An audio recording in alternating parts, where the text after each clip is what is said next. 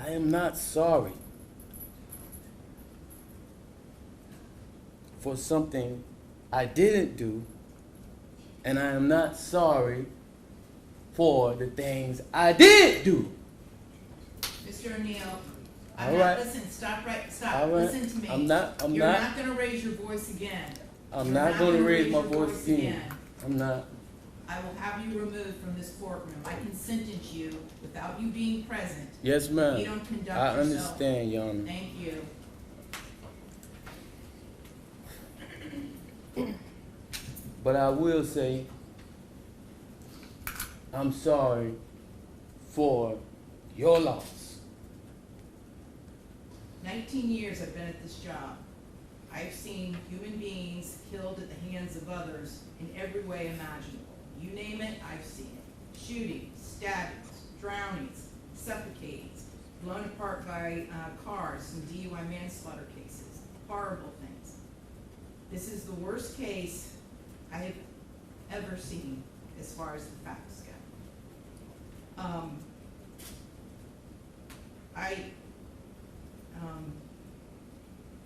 When the person from fire department, when he testified, and when he said that he retrieved the body of Ronivia O'Neill from the home, and all he could do was sob.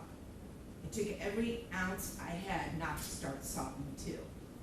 Because there is no way any person with any feeling could have witnessed or seen the photos of what occurred that night and not be haunted for the rest of your life. I know I will be.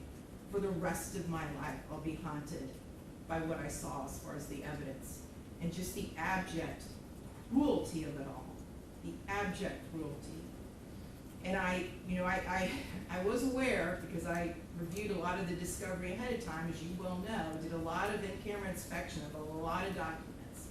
And I was aware there was some evidence, at least, that when you needed to recover from your gunshot wound, that neither your parents nor your Aisha, Ms. Robinson, would let you come recover at their home. I don't know if it's true or not. I'm not going to get into a dispute.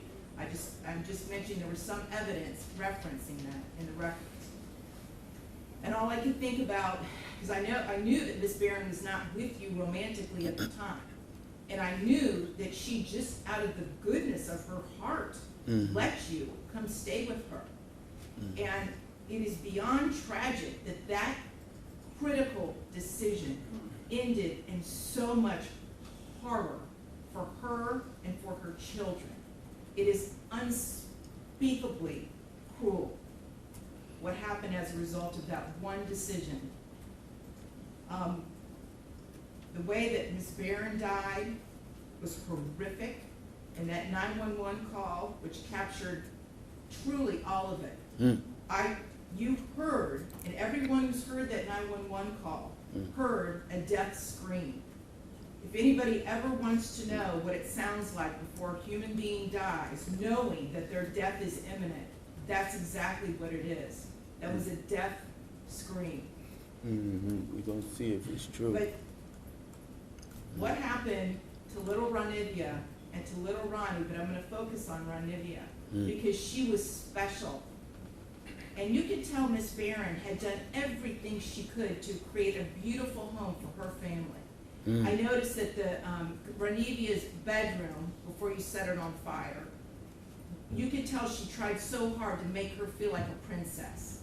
Kenyatta did everything she could. And I noticed too in the kitchen, on the refrigerator, she put up magnets that said faith, love, family, hope. And then you know what else happened to that refrigerator during that night? It got splattered with blood all over it due to what happened. Little Ronivia, she couldn't scream, she couldn't run away, and she witnessed what you did to her mother as far as shooting her mother in the arm with the gunshot. She knew. And the horror that that child suffered.